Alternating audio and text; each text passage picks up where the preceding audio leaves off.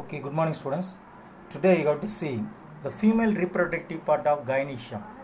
The gynoecium is a female reproductive part of the flower. Mostly the word gynoecium represents one or more pistils of a flower. The gynoecium also consists of the ovary, style and stigma. The pistil is derived from a carpel. The word ovary represents the part that contains the ovules. The stigma serves as a landing platform of pollen grains. And also, the style is an elongated slender part of beneath the stigma. Mostly, the basal swollen part of the pistil is ovary. Here, the ovules are mostly present in the ovary cavity, that is locule on the placenta. Gynoecium, that is called carpel, arises as a small papillate outgrowth of meristematic tissue from the growing tip of the floral primordium. It grows actively and soon gets differentiated into ovary, style and stigma. Here the number of ovules in an ovary may be 1 or 2 or anything is there. Here 1 means the paddy, wheat, mango is an example for that one. For many means papaya, watermelon and orchids. These are the example for that many ovules it will present. Okay, this is a diagram of ovule. There is a chalosal end. There is a upper part of this one, chalosal end and integument, nucellus, embryo sac and hilum, micropyle and funicle and vascular supply and also the raphe is present. There is a ovule structure. Then structure of ovule, there is megasporangium. Ovule is also called it as megasporangium and it is protected by 1 or 2 covering of is called integuments. Here the mature ovule consists of a stalk and a body. Mature ovule, it will present or consist of a stalk and a body. The stalk or the funiculus. The stalk or the funiculus, also called funicle, is present the base and it attaches to the ovule of the placenta. The point of attachment of funicle to the body of the ovule is known as hilum. It represents the junction between the ovule and the funicle. It is inverted in position. The funicle is adnate to the body of ovule, forming a ridge called raphe. The body of the ovule is mostly made up of a central mass of parenchymal tissue. It is called nucellus, which has large reserve food materials. The nucellus is enveloped by 1 or 2 protective covering is called integuments. Integuments encloses the nucellus completely except at the top where it is free and forms a pore called micropyle. Then the integuments are called said to be the ovule with 1 or 2 integuments is called uniteguments and biteguments ovules respectively. The basal region of body of the ovule where the nucellus, the integument and the funicle meet or merge is called as chalosa. There is a large and oval sac-like structure in the nucellus towards the micropylar end called embryo sac or female gametophyte.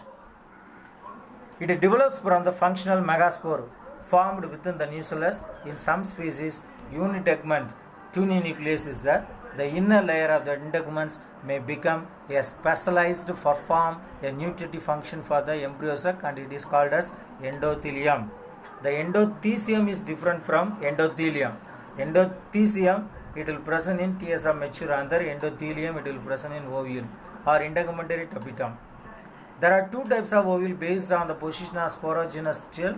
If the sporogenous cell is hypodermal with the single layer of nuclear tissue around it is called tuninucleate type. Normally tuninucleate ovules have very small nucellus. Ovules with the subhypodermal sporangious cell is called quasinucleate type. Normally these ovules have very large nucellus. Group of cells found at the base of the ovule between the chalosa and embryo sac is called hypostates. And the thick walled cells found above the micropylar end above the embryo sac is called epistates. The structure of ovule is above present. What are the types of ovule? Here there are 6 types of ovule is there. First one is orthotropous, anatropous and campylotropous, hemianatropous, succinotropous and Alismataceae family orthotropous ovules also there. Here the ovules are classified into 6 main types based on the orientation, form and position of the micropyle with respect to the funicle and chalaza. Funicle and chalaza. Most important role of ovule types are orthotropous, anatropous, hemianatropous and the campylotropous. This type of ovule is given in figure. First one is orthotropous ovule. Orthotropous. This type of ovule mostly present the micropyle and the distal end and the micropyle, the funicle and chalaza lie on one straight vertical line. Example, Piperaceae and Polygonaceae. Anatropous ovule, there is an inverted position of ovule. Here lie very close to each other. Funicles come to lie very close to each other. This is a common type of ovules found in dicots and monocots. Hemianatropous, the body of the ovule is placed transversely and right angles to the funicle. Example, Primulaceae. Then Campylotropous, the body of ovule at the micropylar end is curved and more or less bean shaped. The embryo sac is slightly curved. All the three, hilum, micropyle and chalaza are adjacent to one another with the micropyle orientation towards the placenta. Example, Leguminaceae. In addition to that one, there are two main types of also that. There is Amphitropous and Succinotropous. Amphitropous, the distance between hilum and chalaza is very less. The curvature of ovule leads to horseshoe shaped nucleus. Example, Alismataceae. Then Succinotropous, here funicle is very long and surrounds the ovule. Example, Cacti. These are the structures of various types of ovule. Orthotropous, Anatropous, Hemianatropous, then Campylotropous, Amphitropous, Succinotropous. Then megasporogenesis. The process of development of megaspore mother cells from the megaspore mother cell is called megasporogenesis. Here, the ovule develops a single hypodermal cells. The nucleus becomes enlarged and function as archisporium. In some plants, the archisporial cell may directly function as megaspore mother cells. In others, it may undergo a transfer division to form outer primary parietal cell and inner primary sporogenous cells. The parietal cells may remain undivided or divide by few periclinal and anticlinal division to embedded in the primary sporogenous cells deep into nucleus. The primary sporogenous cells function as a megaspore mother cells. The megaspore mother cells MMO undergoes mitotic division to form a haploid megaspore mother cells. Based on the number of megaspore mother cells that develop into embryo, we have three basic types of development: monosporic, bisporic and tetrasporic. In a megaspore are usually arranged in linear tetrad of the four megaspore formed. Usually the chalaza one functional and other three megaspore degenerate. The functional megaspore forms the female gametophyte, the embryo sac. This type of development is called monosporic development.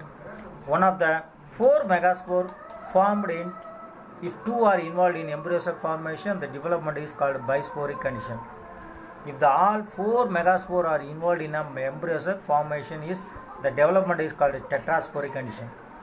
All ovule generally has a single embryo sac. The development of monosporic embryo sac is present, that is called polygonum type.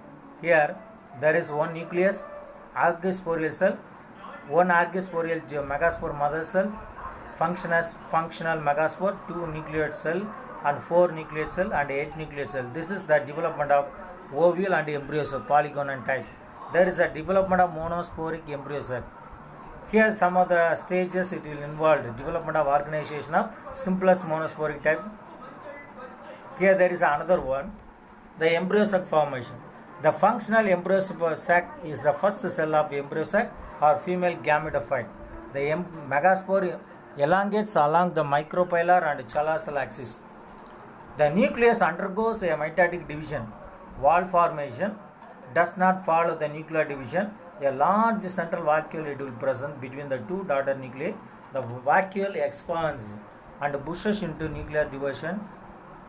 Opposite poles of the embryo sac. Both the nuclei divide twice mitotically, forming a 4 nuclei at each pole. At this stage, all the 8 nuclei are present in a common cytoplasm, free nuclear division. After the last nuclear division, the cell undergoes appreciable elongation, assuming a sac-like appearance. This is followed by a nuclear organization of the embryo sac of the 4 nuclei at the micropylar end and embryo sac. Three organized into egg apparatus. The fourth one is left free in the cytoplasm of the central cell. The upper polar nuclei, three nuclei of the chalazal end form three antipodal cells, whereas the fourth one functions as the lower polar nuclei. Depending on the plant, the two polar nuclei may remain free or may fuse to form a secondary nuclei or otherwise a central cell.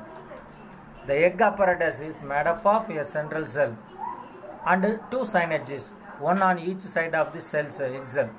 Synergy secretes chemotropic substances that helps to attract the pollen tube. The special cellular thickening called piliform apparatus mostly used for absorption and conduction of nutrients from the nucellus to embryo sac. It also guides the pollen tube into the cell. That the 7-celled with the 8 nuclei embryo sac is formed. The structure of embryo sac is present in that picture. Here there is a structure. Here there is an embryo cell structure. Here the upper part there is a synergids, piliform apparatus, egg apparatus there, and egg part also there. Polar nuclei and also the antipodal cells are there. Up to this one, your today's topic is over. Okay, thank you students. Next class we will see the next topic. Okay, thank you students.